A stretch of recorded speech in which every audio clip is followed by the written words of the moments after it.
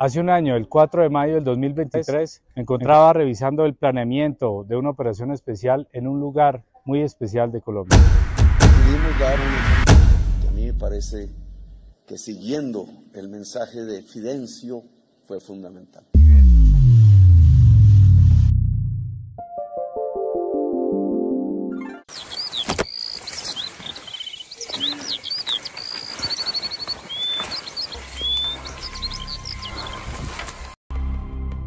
Un año del milagro, así fue el día del rescate de Leslie y sus hermanos. El 9 de junio se cumple un año del rescate de los 4 niños indígenas que duraron perdidos 40 días en la selva del Amazonas. Un día antes. El reporte quedó registrado a las 5:28 de la tarde. La fecha es memorable, 9 de junio de 2023, justo el Día Internacional de los Archivos. El oficial que recibió la llamada en el puesto de mando unificado, en la base de la Fuerza Aérea de San José del Guaviare, fue el teniente coronel Fausto Avellaneda. Repita, comando, respondió él, y el sargento, a un par de pasos de Leslie y sus hermanos, se saltó el protocolo. Que tenemos a los niños, dijo y repitió, que tenemos a los niños. Y entonces corrigió, consciente de que la única respuesta que debía repetir era el santo y seña. Milagro. Milagro. Milagro. Avellaneda no dijo más y llamó al general Yorko Túa, en el Comando Conjunto de Operaciones Especiales, en el norte de Bogotá, que de inmediato corrió a la oficina de Pedro Sánchez. Eran las 5:35 p.m. Mi general, le dijo. Milagro. Milagro. Milagro. Él le respondió con una pregunta, ¿y cómo están? Vivos, le respondió Cotúa, y Sánchez rompió cualquier formalismo y lo abrazó. Gracias, hermano, le dijo emocionado. Pidan una foto de los niños, esa es la única confirmación, y activen el protocolo de evacuación, ordenó con el corazón acelerado. Así lo registró el Joulte, un dispositivo para monitorizar la actividad cardíaca que le habían puesto esa mañana como parte de un chequeo de rutina. La marca numérica de su alegría fueron 140 pulsaciones por minuto. El general había llegado a la madrugada del día anterior de la selva de acompañar a sus hombres como un comando más, fusil al hombro, durante 2 jornadas. Todo lo que encontró fue un pañal sucio de la bebé cerca de un tronco invadido por termitas. Hemos hecho absolutamente todo lo posible, lo que está a nuestro alcance, empleando todos los recursos de una operación especial. Había tenido que regresar sin los niños. Pasamos donde estaban y no los vimos, se lamentó en la soledad del King Air 90, que lo regresó desde la base militar de Apiay, en Villavicencio, hasta el aeropuerto Catam, en Bogotá. En una bolsa, junto a su maletín personal, llevaba el pañal sin saber para qué podría ser útil. A lo mejor podamos establecer el estado de salud de la niña, dijo. Pero el pañal ya estaba contaminado por la apetencia de hormigas, ciempiés y escarabajos. El general suspiró varias veces durante ese vuelo nocturno. Ahí están, no los hemos visto, volvía a decir, mordido por la impotencia, consciente de que la operación de rescate no podía prolongarse más allá del límite de 72 horas establecido por los expertos de su comando. ¡Leslie! ¡Mi amor!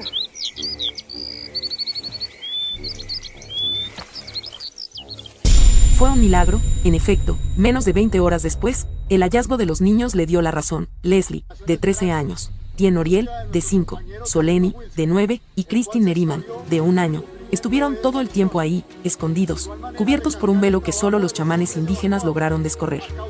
Habían sido rescatados en el límite de sus fuerzas, pero aún faltaba el procedimiento más riesgoso, sacarlos en la oscuridad de la noche de lo profundo de la selva virgen.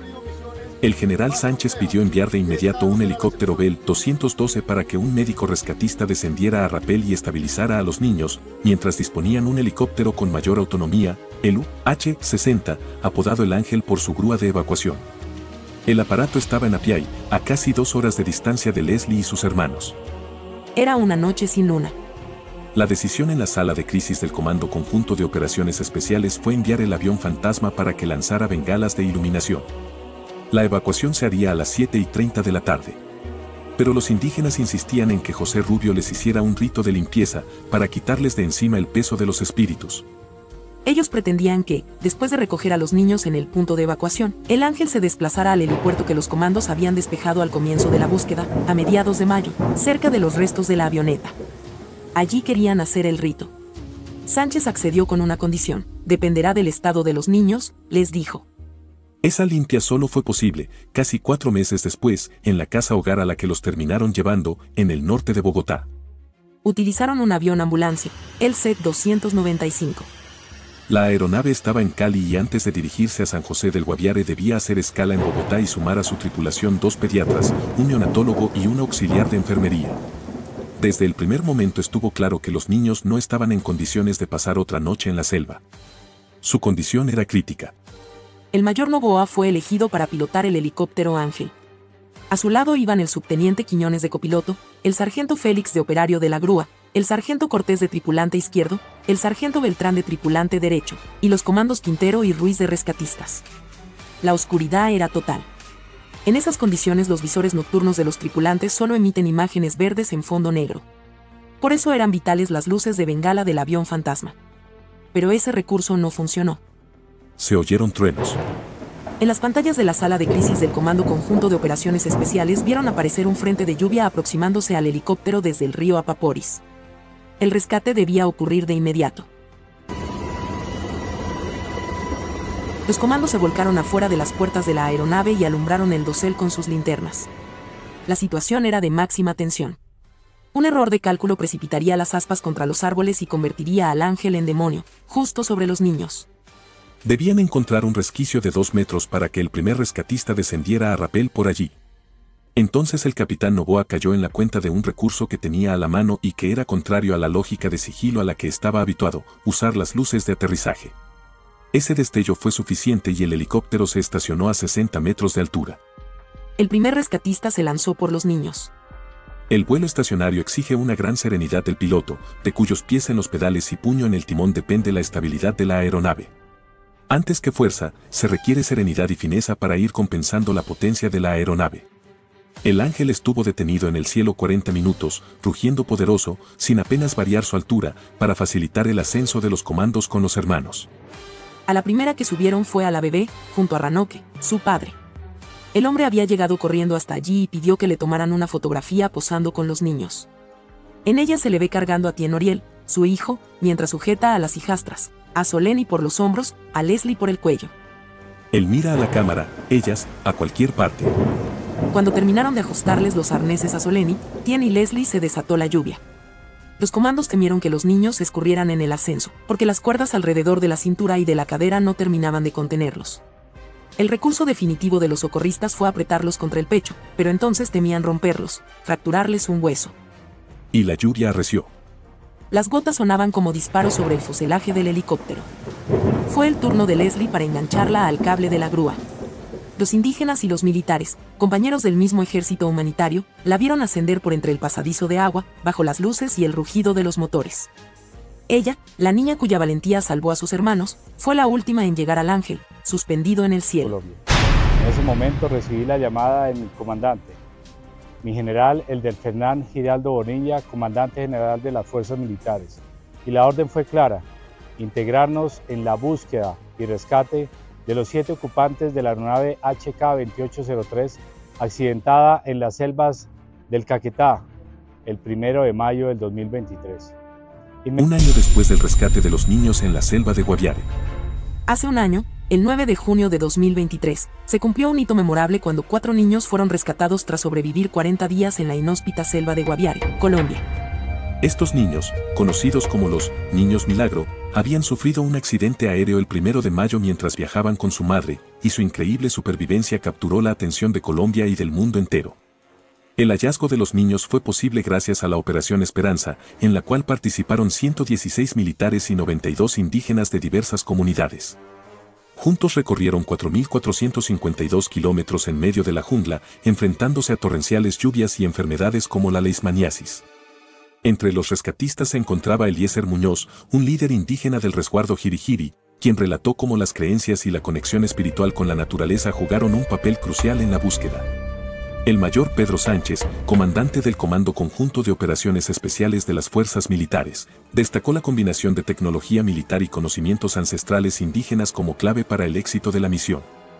A las 5 de la tarde del 9 de junio, el milagroso hallazgo fue confirmado con un emotivo milagro, milagro, milagro, que indicaba la supervivencia de los niños.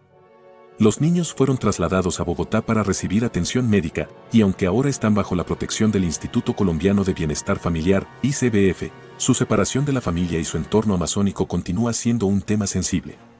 Pudimos dar un ejemplo que a mí me parece que siguiendo el mensaje de Fidencio fue fundamental. Que juntando precisamente fuerzas institucionales y nacionales, estatales, públicas, civiles, el general Sánchez, quien se ha mantenido en contacto con los niños, expresó su orgullo y emoción al recordar la operación y la valentía de todos los involucrados.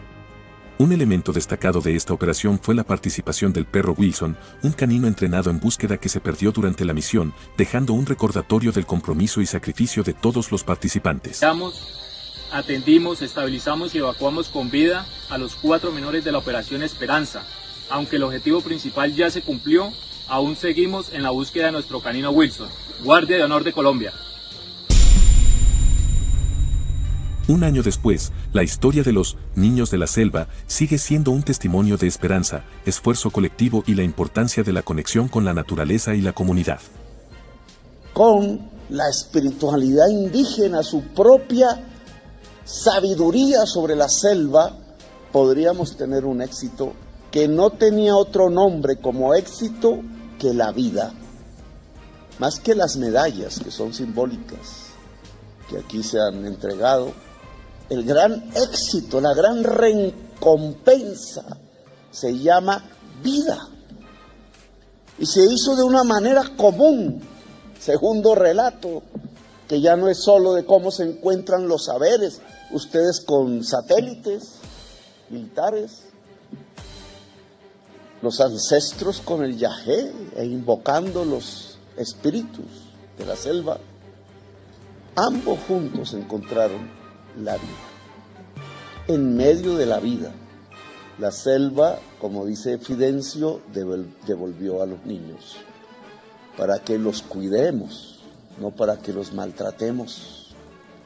Quizás como un enorme mensaje, no solamente a esos 4 niños y niñas, sino al conjunto de la niñez colombiana, al conjunto de la sabiduría de la vejez colombiana. ¿Cuántos niños mueren en Colombia al año?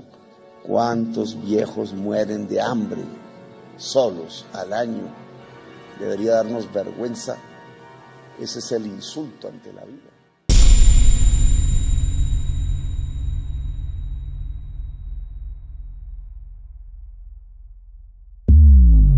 Hola, ¿te gustaría invitarnos a tomar un café? Una forma sencilla, pero significativa de mostrar tu apoyo y ayudarnos a continuar creando contenido, es a través de una pequeña donación. Puedes hacerlo a través de Nequi. 322-935-0646. Recuerda, no importa la cantidad. Cada café cuenta, y es profundamente apreciado. Gracias.